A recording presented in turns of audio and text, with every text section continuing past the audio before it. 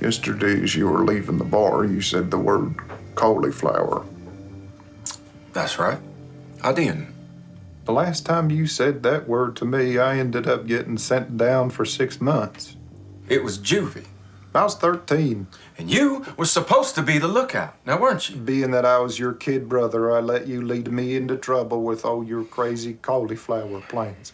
My life of crime is over. But you did make breakfast this morning. Even burned the bacon like I like and you ate. I also saw you have some sort of robbery to-do list. I know this attempt to be organized is a big step for you, so go. Charlotte Motor Speedway. And that's a clip from Logan Lucky. I'm delighted to say one of its stars, Adam Driver, is with us. Adam, hello. How are you? Good afternoon. I'm good. How are you? Hello. Is it your first coffee of the day? This is my second. Feel free to just slurp as we go through. We're a very tolerant bunch. Tell us about Logan Lucky and tell us about Clyde, because you are one half of the Logan brothers. Logan Lucky is a story written by Rebecca Blunt, directed by Steven Soderbergh.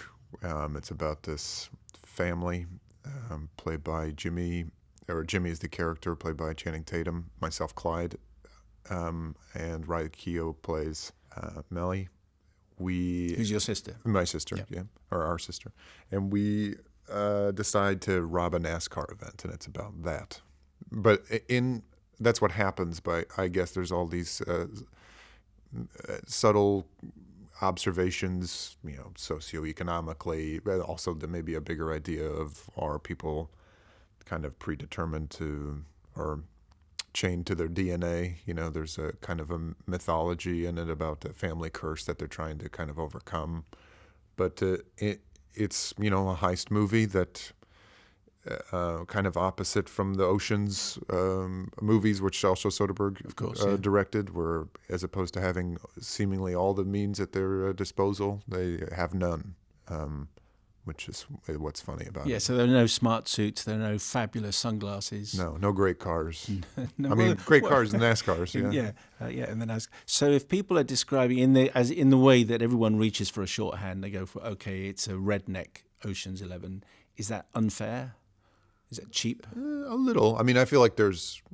I don't know if that's what they need, then that's what they need. But that's not how we categorize it or think of it. I don't think of it as a Redneck Ocean's 11. It's just people from West Virginia, and I feel like it walks a very good line of it's not a, over caricatured representation of West Virginia. There's a lot of they're interesting characters. They just happen to be there. And unusual to have mainstream heist adventure movie set in West Virginia.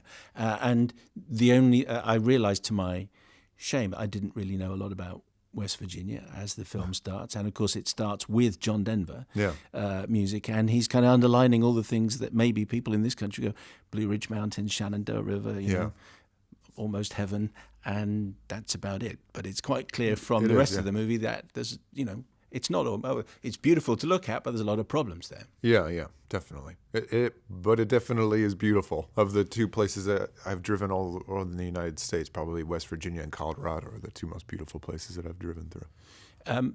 I think we should just concentrate a little bit on Clyde, your character, because although it's we're set in a beautiful part of the United States, he's a gloomy kind of guy. Just tell us a little about him and the Logan curse, which he feels very strongly. He's contemplative. He's kind of the opposite. That's a better word. Yeah. He's the opposite of what Jimmy's more impulsive and acts before he thinks, and Clyde is the opposite. He thinks a lot before he acts. And he was an Iraq War veteran. He's a transradial amputee, so he lost his arm kind of mid forearm down, and he's a bartender.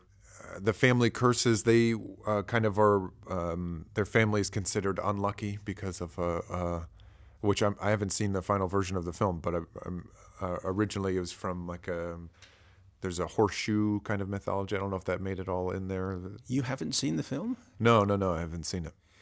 Okay. I'd heard that you didn't like watching yourself. Actors often say, I don't like watching myself in movies, but I think it makes you feel sick, or you certainly said in the past it's made you feel sick. So I've seen movies in the past Where it makes me feel sick. Yeah, it makes me feel sick watching myself. So is that why you haven't seen this one? Yeah, that's why I try to stay away from watching myself. Not just the getting sick part of it, but for me, it's not really helpful. Like I was there when we were doing it. I know what it felt like on the inside. Sometimes it can get in your mind too much about what it looks like on the outside. And when you work on future things and you start thinking about it from the outside in, for me, it's not really helpful. You know, like the making of it is for me my job. What happens afterward, isn't. You know, it kind of, it's not necessarily a right way, because I know actors who watch sometimes every take, and they watch all their movies and they notice things, their habits or their tics that they don't want to bring into certain characters, and I think that's totally helpful. Also, you get to support the people that you're making the movie with. You know? Does that apply? And I'm asking this only in the most generic way. Yeah. Does this apply when you might be in, for example, a movie with special effects? That you'd and a little bit of CGI. Yeah. Do you then not feel as though it'd be quite good to go and see what it looks like? I did. The last time I saw something saw a movie I was in was like heavy special effects and CGI, because when you're doing it, it's hard to picture. That's very much a part of the character of the movie and your character in general. Then suddenly they're like, trust us, there's flames behind you, or trust us, you are in front of an ocean that you kind of want to see what it is, and then you watch it and get sick and think it was whatever. And well, let me tell you, it's the film's good and you're good in it. Oh, and, thanks. And so as I've seen it and you haven't, but and there's a very striking scene very early on where you, because you're a bartender, but you're a one-armed bartender and you have to make a particular drink. Was it a martini? Martini, yeah. And that looks like you doing it one-handed. Was that tough? Was that a difficult trick to learn? I mean, tough. Yeah, I guess when I started, but then it's then it got fun. When you get better at it. And a useful trick to have in a bar, I would have. Right. I would have thought. So the thing about a heist movie is sometimes we're told this is what the plan is, and then we just follow the plan. But that isn't what Soderbergh did with the Oceans film, and it's not what he does here, is it? We're slightly baffled as we go through trying to work out what's happening, which is obviously deliberately the way the story is told. Mm-hmm. Were you baffled while you were? I mean, did you know exactly what was happening, or was that part of your routine? No, sure, I knew what was happening. Like me, the actor? Or? Yeah. No, I just wonder whether we're supposed to be. I was thinking, am I deliberately not getting this? Am I slightly slow? Is it going to be revealed all later on? I just like that process whereby we are following it and we are supposed to be baffled. I mean, we kind of knew what was going on, or the scheme that was going on in our mind, which helps for the earlier scenes with the Bang brothers, where how much do we reveal, how much do we not reveal, or the scenes with Joe Bang, Well, tell us about Joe Bang, because people would have seen this in the trailer, of course, and this is an extraordinary looking Daniel Craig. So just explain where he fits into the story. Joe Bang is someone that they kind of know from the community who's in prison, and they want to break him out to help them with the heist, because he's an explosives expert, and that's it. And his accent, how good is that? Because people over here will sit in judgment on Seth MacFarlane's. Yeah, sure.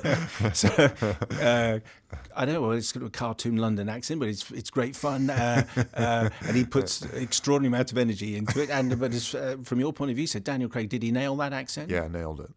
He looks extraordinary, doesn't he? He is extraordinary. I mean, as a person and as an actor, he's. It's kind of shocking, or not shocking, but that's too extreme a word. How much people are like, it's so different, but it's like he made movies before he was James Bond. He's a great, and when seen him in. I just saw his like Iago in Othello in New York. And he's brilliant. He's a great actor, so it's no surprise. But I think for people who only know him from James Bond movies, it would be a shock. Yeah. I mean, many years ago, he came on the show to talk about a film called Layer Cake, right. Which is going back a long time. Right. And we just talk about it. Every time he comes in to talk about James Bond, we said, we have gone back earlier than James. We do know that you do other things, and presumably, what a fantastic release. If you can have bleached hair and play some kind of crazy guy, sure, called Joe Bangs, who's a chemistry whiz, who can set up everything. Yeah, James Bond or no, it's a fun character to play, and he did it so well. He's also just like a great. His process in working on it is it's not exclusive at all.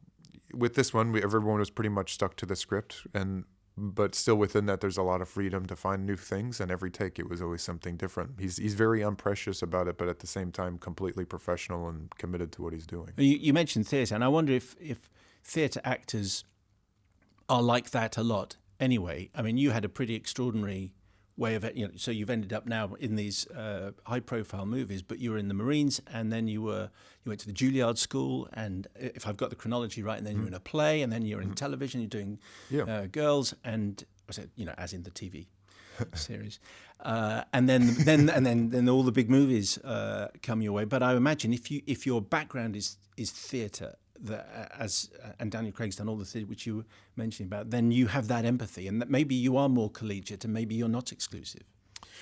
Yeah, it can be. I've seen all types, and the good thing is that there's no really right way. I think that one thing that maybe not necessarily advantage or disadvantage, but a common theme that you see in theater actors is usually with theater, it's the play. The play is the play. It's what the lines are. But every night, it's you get to do it again, and rediscover those thoughts again, and that's how it stays fresh. And always at the end of 3 months, I always feel like, okay, now I have a better sense of what it is. I wish we could go back to the beginning of the run, because now I think I finally get it. But with film, you don't have that time. But in between takes, you still get time to reinvent.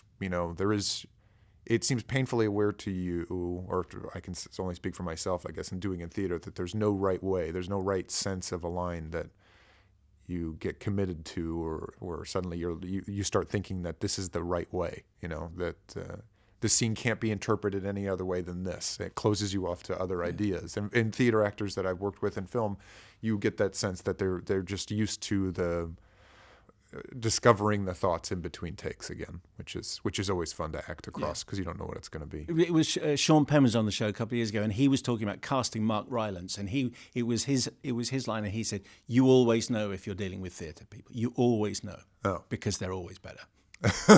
I'm just quoting Sean Penn. Oh yeah. Right at the beginning of the conversation, you mentioned a name that most people listening to this interview will not have heard of, Rebecca Blunt, who wrote the script. Mm-hmm. Now, you've been asked about this before, but she has no other credits, and she's a first-time writer. But there are some people who are saying, Steven Soderbergh has used aliases before. Is this a real person? So you are acting the words, you were on the set. Mm-hmm. What can you tell us about Rebecca Blunt, because we know nothing about her? Rebecca Blunt is a real person who is on set, and she wrote the script. That's what I can say. And a real person called Rebecca Blunt. And a real person called Rebecca Blunt, yeah. So that's why there's mystery, because I'm looking at your face and I'm not quite sure I believe it. Before we finish, can I ask you about Terry Gilliam? Sure, Who's been on the show regularly. He was on the show a couple of years ago, and apparently word is he's finally done Don Quixote, and you're in it. Is it actually done?